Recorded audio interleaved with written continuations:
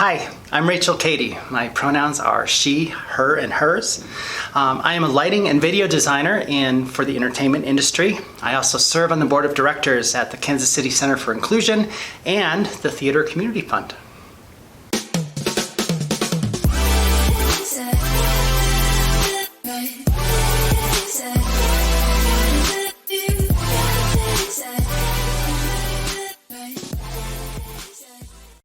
I was born in a small town in Minnesota called Red Wing. It's in the southeastern corner of Minnesota.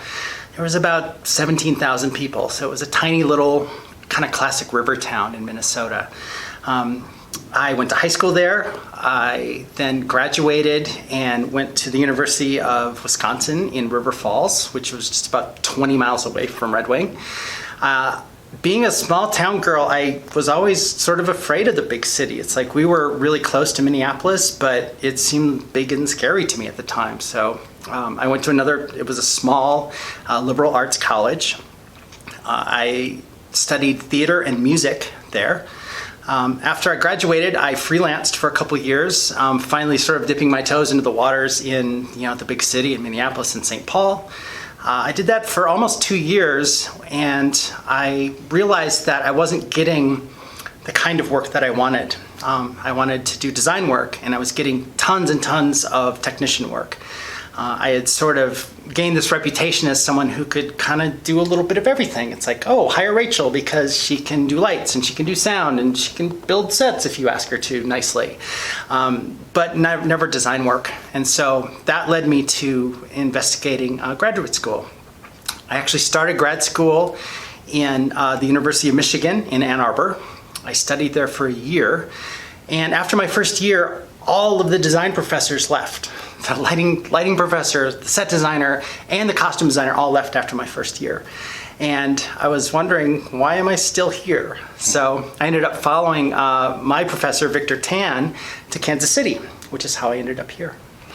I mean, my first professional gig was it was just after high school and in my first year of college. I was hired to do the lights for this community theater in Red Wing. We have this municipal auditorium, by all accounts the first city-owned theater, municipal auditorium in the country, and it was this beautiful Victorian jewel box when it was made. And it went through the life that a lot of those kind of theaters went through. It started off this vaudeville theater, became this giant movie palace, became a not so awesome movie palace because it fell into sort of disrepair. And in the late 80s, you didn't need theaters that sat 1,200 people to go to see movies.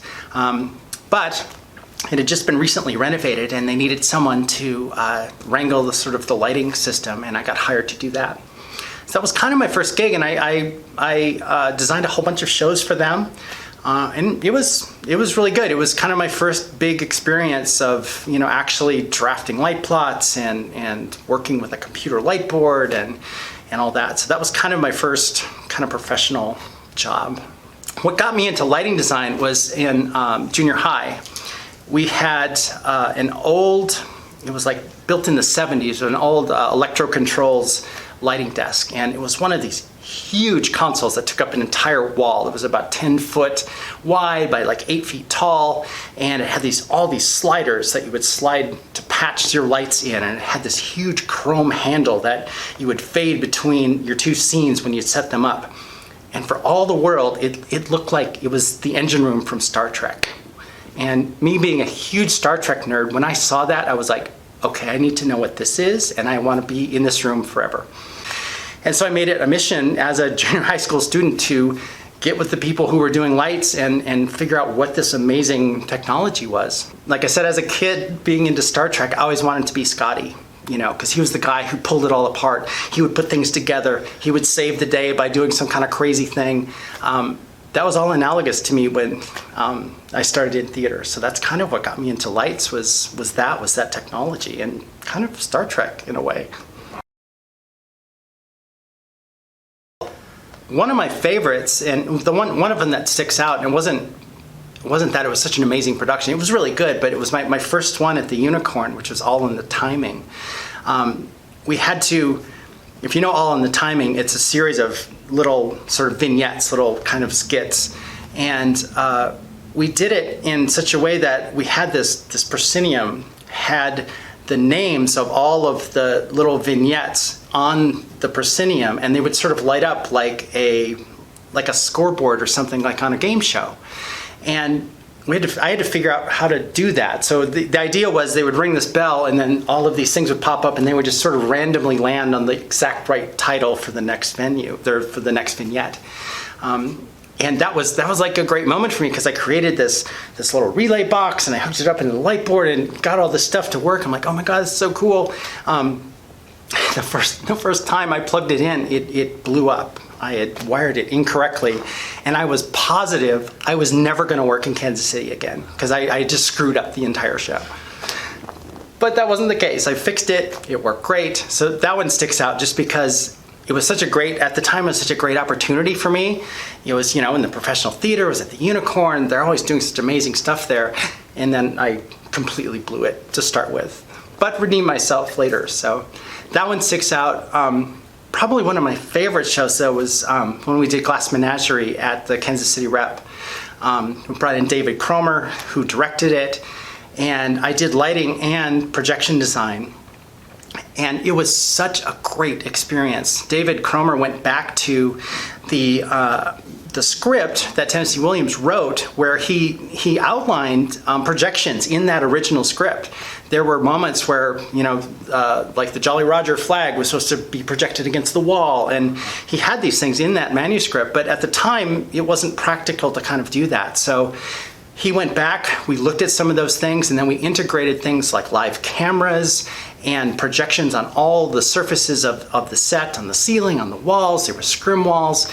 It was incredible. And the greatest thing about it was there was so much video in it, but no one walked away thinking, oh gosh, that was a big video show. It was so integrated into the design and into that collaboration that it just kind of worked, and it felt like it fit perfectly. Probably my first one was in undergrad. The technical director and lighting person, Ken Stofferin, he was definitely my mentor. He's the one who kind of took me aside after my first year, and seeing me as, excelling as an electrician and someone who could, hook up anything and pretty much run anything electronically, and said, you should really think about designing. And it's funny because I never thought of myself as a designer. I was always the person that, made it work, plugged the stuff in, figured out how it worked. And that kind of opened up a whole nother door to me, because he had faith and thought I had an artistic eye and wanted to sort of cultivate that in me. So he was definitely a huge influence on me. Later on, of course, Victor Tan was a great mentor. He's the one that took that sort of raw energy of being a technician and a designer and said, you know what, those are great, but you need to think like an artist.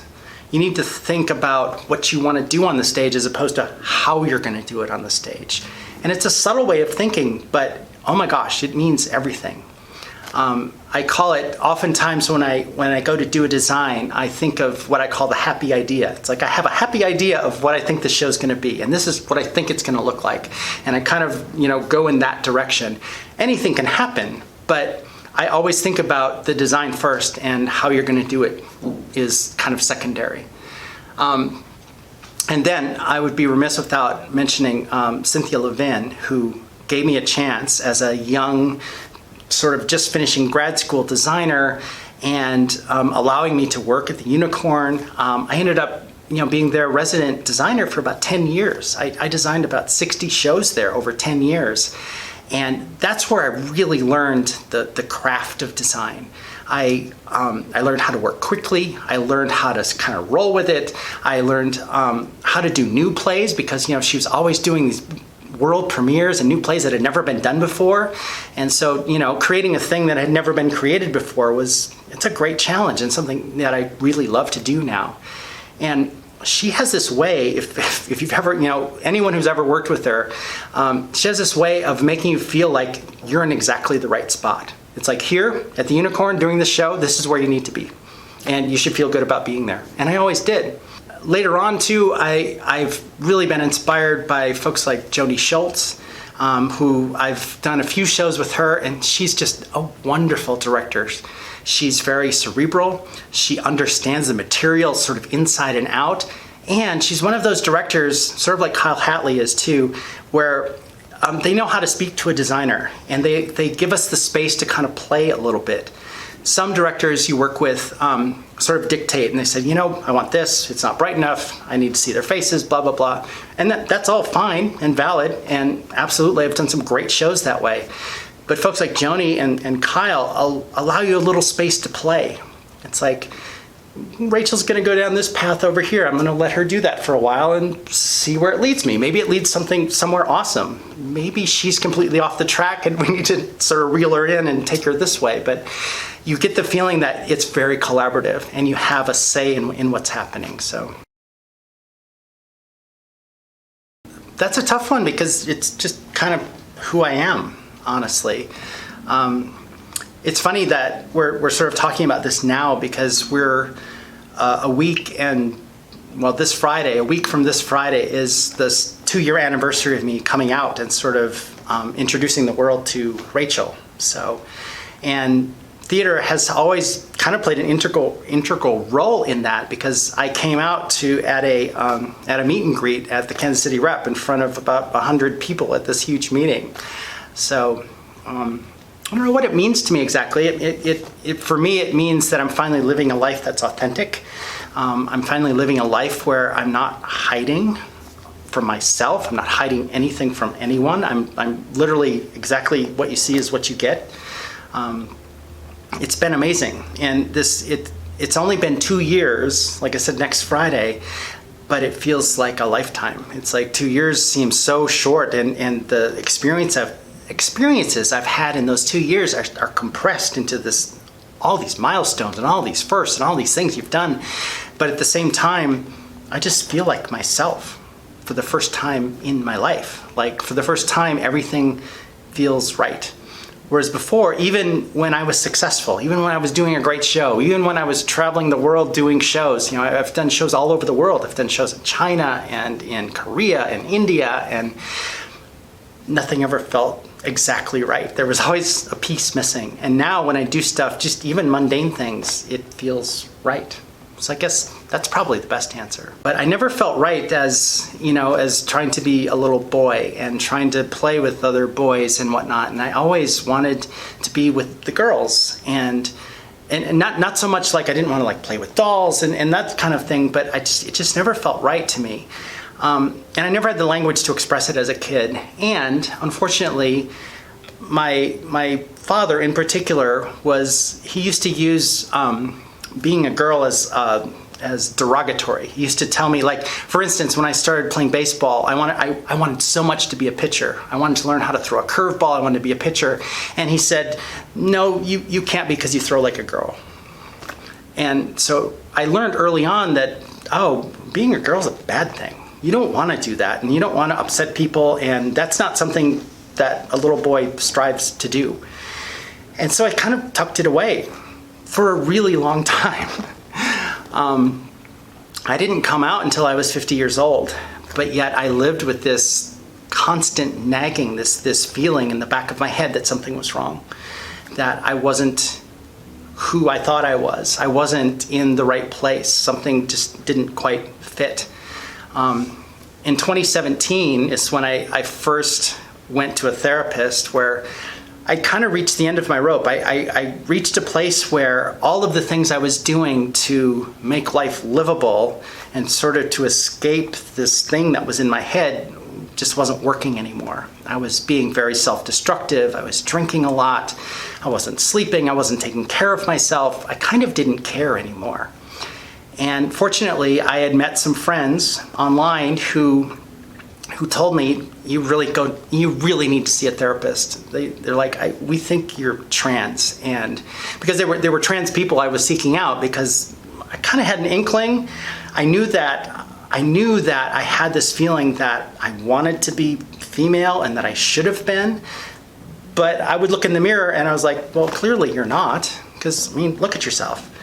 And so anyway, I kind of reached the point where I couldn't see a road forward, with what I was doing.